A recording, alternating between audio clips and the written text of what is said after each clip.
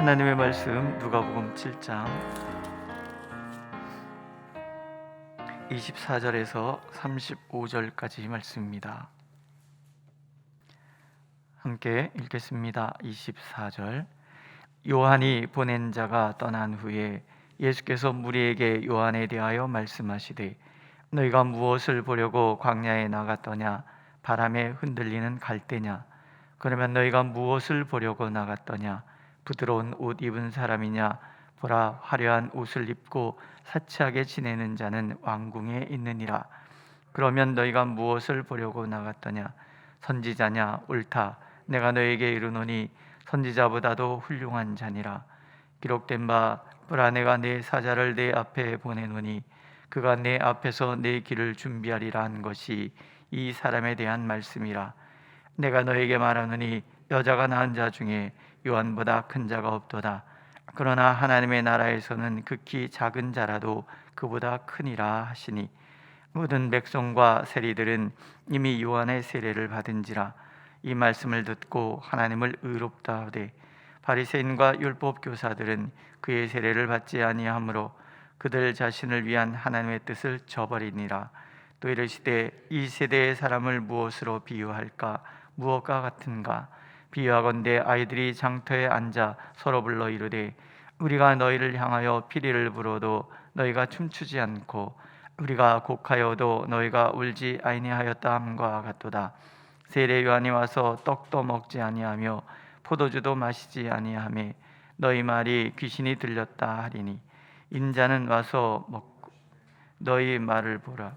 먹기를 포도주를 즐기는 사람이요 세리와 죄인의 친구로다 하니 지혜는 자기의 모든 자녀로 인하여 옳다함을 얻느니라. 아멘. 한동안 그 목적이 이끄는 삶이라는 책이 꽤 많이 읽힌 적이 있습니다. 어떤 사람이 집에 들어온 강도에게 그 책을 읽어주면서 설득해서 회심하게 한 사건 때문에 더 유명한 책이 되기도 했습니다. 그 책을 한마디로 정의한다 그러면 모든 사람의 삶에는 분명한 하나님의 목적이 있다는 거죠. 그 목적을 이루며 살아갈 때 그 삶은 가장 복되고 또 행복한 삶이 될 수 있다. 이제 그런 내용을 담고 있습니다. 사람은 누구나 자신이 살아가는 삶이 있고 그 삶에 대해서는 언제나 평가를 받게 되어 있습니다. 그 중에 그 어떤 평가보다 중요한 것은 하나님께서 그 삶을 어떻게 평가하는가 하는 것이겠지요. 하나님의 부르심의 목적을 이룬 사람이라면 그 삶은 하나님께 분명히 높은 평가를 받을 것입니다. 오늘 세례 요한이 그런 사람이지요. 예수께서 세례 요한에 대해서 이렇게 평가하십니다. 선지자보다도 훌륭한 사람, 여자가 낳은 사람 중에 가장 큰 사람. 세상에서 부러워하는 화려한 옷을 입고 사치하는 왕족이었기 때문이 아니다라는 거예요. 그는 우리가 앞에서 읽은 것처럼 약대, 그러니까 낙타 털로 만든 옷을 입고 또 석청을 먹고 메뚜기를 먹고 살았던 그런 사람입니다. 거친 광야에 머물렀던 사람. 그런데 그 죽음은 또한 얼마나 허망합니까? 헤롯의 죄를 지적했고 그것 때문에 헤로디아의 질투 속에서 그냥 허망하게 죽고 만단 말이죠. 인간적으로 볼 때 아무것도 부려할 만한 것이 없는 그런 사람이었다라는 거예요. 그러나 그가 예수님으로부터 선지자보다도 훌륭한 사람, 여자가 낳은 자 중에 가장 큰 사람이라고 평가를 받은 이유는 한 가지지요. 하나님께서 그에게 부여하신 그 사명을 끝까지 감당했던 사람이기 때문에 그렇다라는 거예요. 그는 주님보다 먼저 와서 주님의 길을 준비하는 사람으로서의 사명이 있었어요. 이 사명을 기꺼이 감당하고 30대 초반에 젊은 나이에 그저 하나님 품으로 떠나는 거예요. 자신의 사명, 세상이 보기에는 세상의 가치관으로는 참으로 초라한 그런 삶으로 보일지 모르지만 하나님 입장에서 보면 하나님이 계획하신 그 길을 걸어간 그 사람, 하나님이 명하신 그 뜻을 감당했던 그 사람, 그 목적을 이룬 그 삶은 하나님 입장에서는 가장 큰 사람이에요. 이 세상에 태어난 사람들 중에서 가장 큰 사람이 바로 세례 요한이었다. 예수님이 그렇게 평가를 하시는 거예요. 요한복음에서 세례 요한은 이렇게 자신을 고백하잖아요. 신부를 취하는 자는 신랑이나 서서 신랑의 음성을 듣는 친구가 크게 기뻐하나니 나는 이러한 기쁨으로 충만하였다. 그는 흥하여야 하겠고 나는 쇠하여야 하리라. 주인공이 아니라는 거. 그러나 그에게는 기쁨이 있어요. 기쁨이 충만해서 넘치는 거예요. 주인공을 위해 길을 마련하는 자리가 하나님의 부르심의 자리였다는 것을 알기 때문에 기꺼이 조연으로서의 나의 삶을 충분히 기뻐하고 감당할 수 있다라는 거예요. 우리 한 사람 한 사람 모두가 하나님의 부르심의 자리가 있어요. 그 자리는 화려하지 않을 수도 있고 또 사람들이 알아주지 않는 자리일 수도 있다라는 거예요. 분명한 것은 그 자리가 크거나 작거나 화려하거나 그렇지 않거나 간에 내가 머물러 있어야 할 자리에 있다면 하나님은 그것으로 충분히 족하다, 충분히 훌륭하다, 충분히 크다라고 말씀해 주신다는 거죠. 근데요, 예수님이 뜻밖의 말씀을 우리에게 주시죠. 우리 이런 질문할 수 있어요. 그럼 나의 사명은 뭘까? 예수님께서 그렇게 생각하는 우리에게 아주 귀한 이야기를 들려주시죠. 하나님의 나라에서는 극히 작은 자라도 세례 요한, 여자가 낳은 자 중에 가장 큰 사람보다도 크다. 영접하는 자, 곧 그 이름을 믿는 자들에게는 하나님의 자녀가 되는 권세를 주셨다. 세례 요한같이 살지 않을 수 있어요. 다른 많은 선지자들과 같은 그 길을 가지 않아도 괜찮다라는 거예요. 내가 예수 그리스도를 나의 구주로 영접하고 믿음으로 하나님을 바라볼 때 하나님은 세례 요한보다도 더 큰 사명을 감당한 사람이 우리다라고 인정해 주신다는 거예요. 내가 주님을 영접하여 나의 구주로 받아들인 그것보다 더 큰 사명은 없는 거예요. 그 사람이 누구예요? 세례예요. 수많은 죄인들이에요. 그들은 기꺼이 세례 요한의 세례를 받고 예수님을 맞을 준비를 하죠. 기꺼이 예수님이 오셨을 때 그들은 열린 마음을 가지고 예수님을 받아들이죠. 그들 한 사람 한 사람 얼굴을 바라보시는 거예요. 너는 세례 요한보다 큰 사람이다. 오늘 우리는 세례 요한보다 큰 사람입니다. 이 새벽에 나와서 주님의 몸된 교회를 위해서 기도하고 이 민족을 위해서 기도하고 가정을 위해서 자녀들을 위하여 오늘 내가 해야 될 일들이 하나님의 뜻에 부합하기를 바람으로 그렇게 기도하는 그 자리, 그런 내가 예수님 보기에는 여자가 낳은 자보다 큰 자였던 세례 요한보다도 훨씬 큰 사람이에요. 믿으십니까? 근데 중요한 문제가 발생을 하죠. 편견과 선입견의 벽이 그런 놀라운 하나님의 은혜의 자리에 나가지 못하도록 우리를 막는다는. 사람들은 세례 요한에 대한 예수님의 평가를 의롭다 해요. 왜? 그들은 마음을 열고 예수님을 영접하였기 때문에. 하지만 바리새인과 율법 교사들은 예수님을 거부합니다. 세례 요한을 거부했기 때문에 예수님을 거부하는 거죠.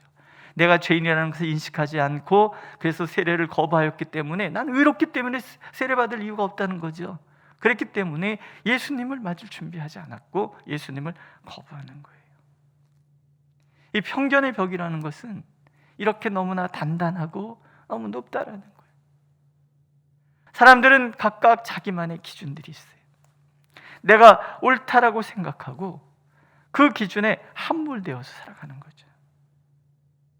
마치 예수님의 비유처럼 장마당에서 노는 아이들이 피리를 불어도 같이 놀자 해도 삐루퉁해서 받아들이지 않는 것처럼, 그렇게 자기 생각에 갇혀서 그렇게 하나님을 거부하는 그런 사람들, 하나님조차도 틀렸다고 말하는 사람들, 내가 주인공이 되지 못한 것에 대한 불만, 내가 하고 싶은 것만 하려는 마음이 놀이 자체를 거부하는 것처럼, 오늘도 내 편견과 내 가지고 있는 기준으로 하나님조차도 판단하는 그런 어리석음들, 그것이 결국은 나를 올가매서 자유롭지 못하게 만든다라는 거죠. 그렇지 않습니까? 내가 옳다라고 생각하는 사람은요, 남의 말 절대 듣지 않습니다. 그 기준이 분명한 사람, 그 사람들을 강직한 사람, 고든 사람이라고 말할 수 있지만 뒤집으면 뭐예요? 편견과 선입견에 사로잡혀서 꽉 막힌 사람이 될 수가 있는 거죠. 청년 시절에 청년들의 두드러진 특징은 불타오르는 정의감이잖아요. 자신들의 기준에 의해서 내가 옳다라고, 그래서 상대방이 틀렸다라고 그렇게 외친단 말이죠. 그러다가 시간이 지나가면서 내가 꼭 다 옳은 것은 아니다라는 것을 알게 되고 남의 얘기에 귀를 기울이기 시작을 하는 거죠. 그러다 보면은 옳고 그름을 분별할 수 있는 지혜가 생기고, 그래서 미혹에 흔들리지 않는 그런 마음을 갖게 되고, 그런 마음을 갖게 되는 순간에 하나님의 선하신 뜻이 무엇인지를 분별하고, 그러다 보면은 모든 것을 품고 가는 그런 사람으로 바뀌는 거죠. 그것을 전문용어로 메타의식이라고 그럽니다. 합리적인 생각, 넓은 마음으로 이해하고 받아줄 수 있는 그런 마음으로 변하는 거죠. 예수를 믿는다는 것은 그런 거. 우리가 기도하고 하나님 앞에 나온다는 것은 내 마음이 자꾸 넓어지는 거죠. 각각의 입장이 있다는 것도 이해하게 되고, 다양한 측면에서 바라볼 수도 있다는 것을 생각하게 되고, 무엇보다도 하나님은 너무나 광대하신 분이어서 그 하나님 안에 있는 수많은 경우의 수가 있다는 것을 알게 되면서부터 진정 겸손해지고, 그리고 하나님을 온전히 바라보는 삶으로 변해가는 거죠. 이미 그런 상태에 도달하셨죠. 하지만 내가 옳다라고 생각하는 사람은 남의 얘기 듣지 않아요. 결국 그 완고함의 결과는 교회가 어지러워지고, 내가 머문 자리가 어지러워지고, 또 하나님의 역사를 거부하는 그런 상태에 빠지게 된다라는 거죠. 내가 틀릴 수 있다는 그 겸손함, 내가 죄인일 수 있다는 그 인식, 그러다가 진정 내가 죄인 중에 괴수로다까지 나갔을 때에 우리는 예수 그리스도의 진정한 제자가 될 수 있고, 예수 그리스도의 뜻을 이루는 하나님의 자녀가 된다라는 것입니다. 예수님 말씀하시죠. 지혜는 자기의 모든 자녀로 인하여 옳다함을 얻느니라. 결국 하나님의 뜻을 알고 그 뜻이 옳음을 받아들일 수 있는 것이 지혜인 거죠. 아이들과 하나님의 자녀가 대비되고 있어요. 아이들은 지가 옳다고 생각하고 지 마음대로 하는 바리새인과 이 율법 교사들을 이야기를 한다 그러면, 세리와 죄인들, 나 자신의 무지함과 어리석음과 죄악됨을 인식하고 주님 앞에 나온 사람들을 하나님은 하나님의 자녀라고 얘기를 하고, 하나님의 자녀가 바로 하나님의 지혜가 무엇인지를 알고 하나님의 뜻을 받아들이는 사명의 길을 가는 사람이 될 수 있다는 거예요. 하나님 오늘 나를 가지고 있는 편견이 무엇인지를 보기를 원하십니다. 그리고 예수 그리스도 안에서 편견의 벽을 다 허물고 진정 자유함에 이르는, 어떤 것에도 매이지 않고 오직 하나님의 뜻만을 바라보는 하나님의 자녀가 되기를 오늘도 간절히 원하고 계십니다. 기도하겠습니다.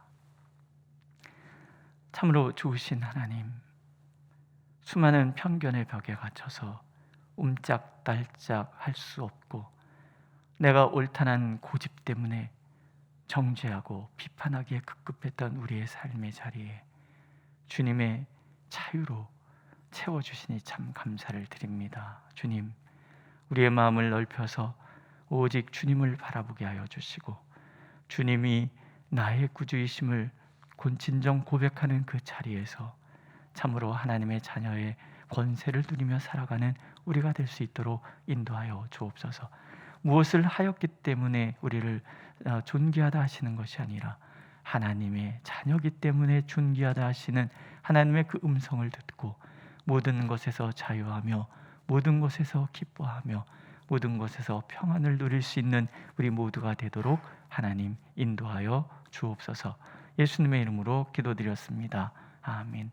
하늘에 계신 우리 아버지, 아버지의 이름을 거룩하게 하시며 아버지의 나라가 오게 하시며 아버지의 뜻이 하늘에서와 같이 땅에서도 이루어지게 하소서. 오늘 우리에게 일용할 양식을 주시고 우리가 우리에게 잘못한 사람을 용서하여 준 것 같이 우리 죄를 용서하여 주시고 우리를 시험에 빠지지 않게 하시고 악에서 구하소서.